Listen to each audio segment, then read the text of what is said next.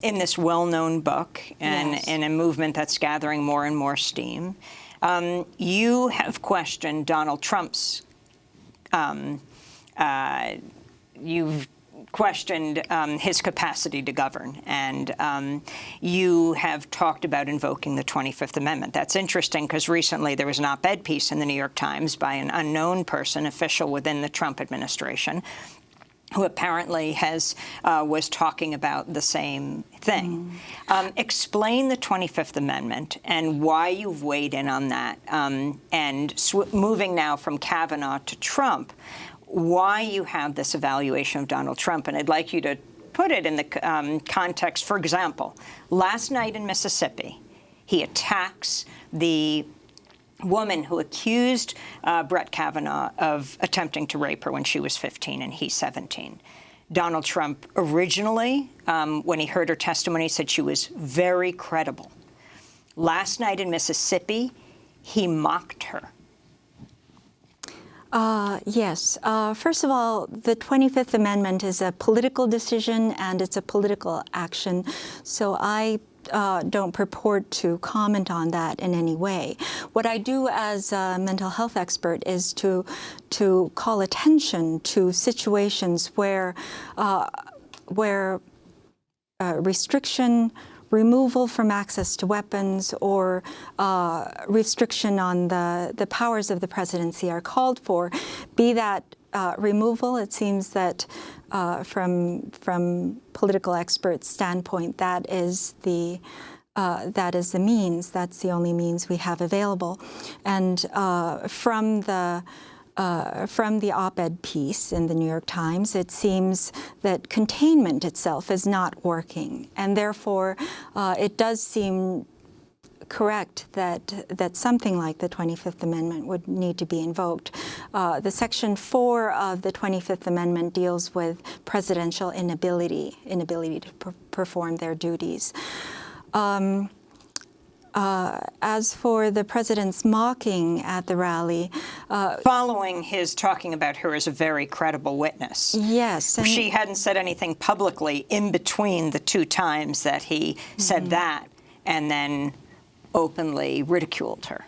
I think that's when mental health professionals can be helpful with their input, because they're used to dealing with many disorders. They're used to dealing with personalities that may deceive and manipulate the public. And therefore, it's important to note that not everything one says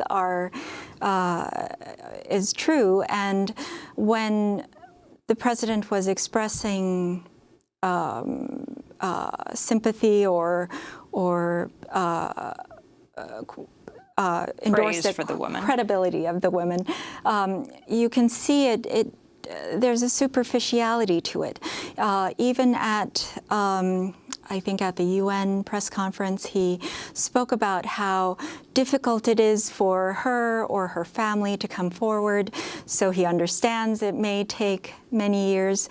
You can see how his speech is rather formulaic and without the emotional intensity he shows in other instances. And he senses very keenly what the public wants to hear and what the public might respond to. That's often very strong in individuals who are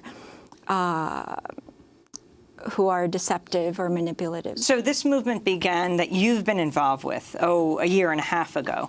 First, tell how many people were at your original Yale conference, and then the response to it afterwards.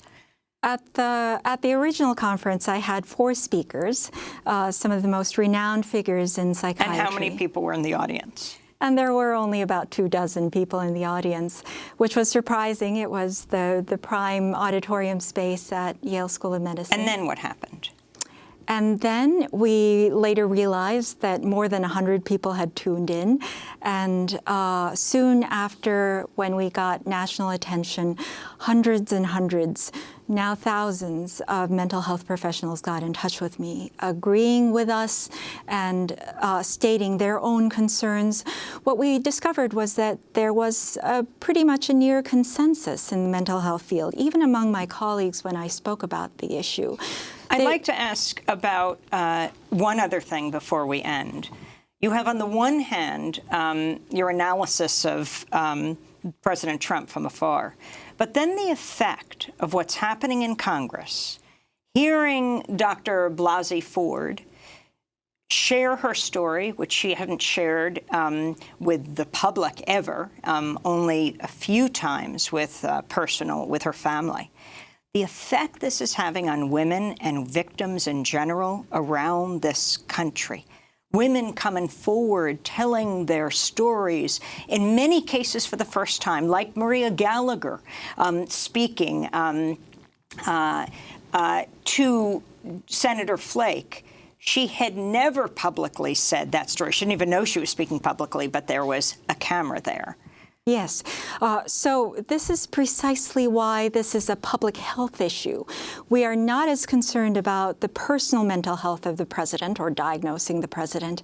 We're not interested in armchair psychiatry. In fact, we're expressly trying to avoid all of this by calling for a valid evaluation, because any other situation of this magnitude, of this influence, there would be intervention and an urgent evaluation.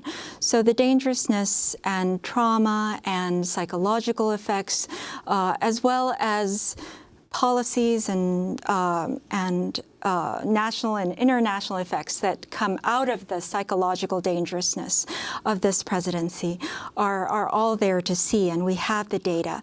So what we do as mental health professionals is to call attention to the urgency and the dangers, and we very well know that the dangers will not go away, but only increase, and what we cannot do is act at a national level.